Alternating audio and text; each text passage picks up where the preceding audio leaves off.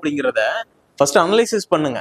யாராவது சொல்றாங்க எனக்கு 190 cut off, 170 cut off, 160 cut off வச்சிருக்கேன், பிசி ஸ்டூடெண்டா இருக்கேன், எனக்கு எப்படியும் வந்து ஒரு குமரகூர்ல சீட் கிடைச்சிரும், இல்ல பிஎஸ்சில சீட் கிடைச்சிரும், கவர்மெண்ட் பெரிய காலேஜ்ல சீட் கிடைச்சிரும் அப்படின்னு யாராவது சொல்றாங்க அப்படின்னா நீங்க அதை நம்பாதீங்க.